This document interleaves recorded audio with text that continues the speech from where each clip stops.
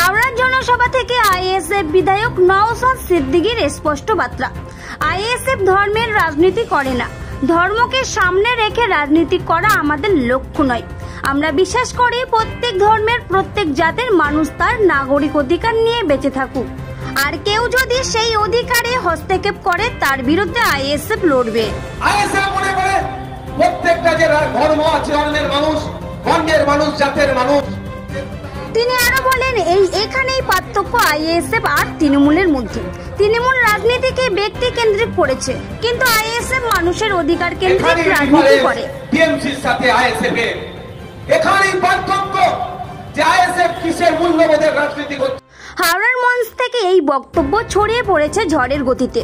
জনগণের মুখে মুখে এখন একটাই কথা, নওশাদ সিদ্দিকী মানে ন্যায়ের রাজনীতি, নওশাদ সিদ্দিকী মানে মানুষের রাজনীতি। উৎসব উদযাপন করছে, তা নিয়ে কোনো সমালোচনা নয়। এখানেই ডিফারেন্স টিএমসির সাথে আইএসএফ এর।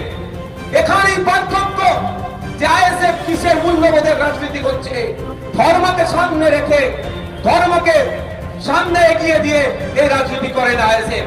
আইএসএফ মনে করে প্রত্যেকটা যে ধর্ম আছে, অন্যের মানুষ, বর্ণের মানুষ, জাতের মানুষ, সে তার নাগরিক অধিকার নিয়ে বেঁচে থাকুক। তার নাগরিক অধিকারের উপরে যখন কেউ হস্তক্ষেপ করবে তার বিরুদ্ধে দাঁড়াবে। তাই আজকে এই মঞ্চ থেকে মোদী সরকারের ব্যর্থতাকে আমরা তুমুল সমালোচনা আমরা করছি, এবং সাথে সাথে আগামী দিনে যাতে এই সোনার দামকে কন্ট্রোল করা যায় তার ব্যবস্থা করুক কেন্দ্রের জুমলাবাজের সরকার। আমরা এই স্টেজ থেকে বলবো, বন্ধুগণ।